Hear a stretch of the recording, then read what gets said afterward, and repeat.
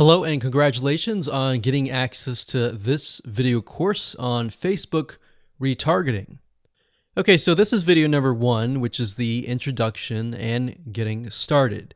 So before we get started, I want to give you a quick overview of what's inside this video course so you know exactly what to expect. So obviously this is video number 1. Video number 2 is going to be a visual map of Facebook retargeting. And what that includes is I'm going to show you how Facebook retargeting works. And a lot of times people jump straight into showing you how to set things up. But unless you really understand how everything fits together, what connects to what, and all of that, it's really going to become confusing. Because if you set things up like an email opt-in retargeting campaign or a blog post campaign, or a purchase retargeting campaign, every one of those is different. So once I show you the basics via a visual map, that's when we show you some real life examples in video number 3.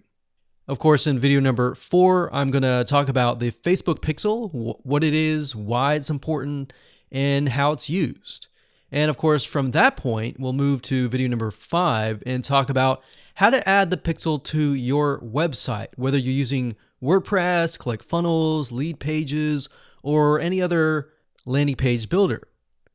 Video number 6 will talk about pixel variables and settings, otherwise known as standard events, such as how do you tell Facebook that somebody has landed on your page, somebody has converted into a lead, somebody has added the product to their shopping cart.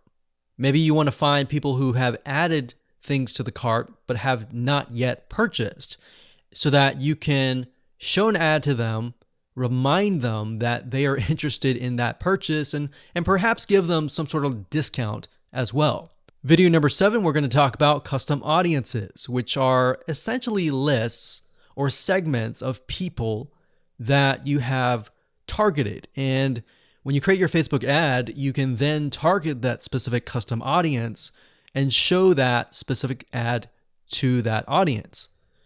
And then of course, in video number 8, we'll have some practical application and show you how to create these custom audiences. And of course, last but not least, video number 9, we'll talk about retargeting campaign setup. All right, so let's talk about mindset, because I'm a big believer of having the right mindset before you get started. I want you to realize that you're not going to make a sale. You're not going to get leads right away just by setting up a Facebook retargeting campaign. Converting visitors really does take time. And to be realistic, sometimes 12 to 17 times of touch points, meaning you have to get in front of them 12 to 17 times before they will buy. So I want to make sure that you don't expect an immediate action or an immediate sale. Now, to get started, you're going to need these things. You're going to need to have a Facebook ad account. And in doing so, you'll also need to have a Facebook business account. And you can go to business.facebook.com to get access to a Facebook business account. Now, having a business account is separate from the Facebook ad account. You'll obviously need money for ads, realistically at least $500 or more. This is not free by any means, but it's a great way to test things and find results right away. You'll also need to have an idea of how you are selling your product or service in terms of your website, in terms of your funnel landing page setup, meaning how many pages do you have in your funnel? Do you have 3? Do you have 4? Do you have 5? How many? So you want to have an idea of that before you get started, because it'll start to make sense once I show you around.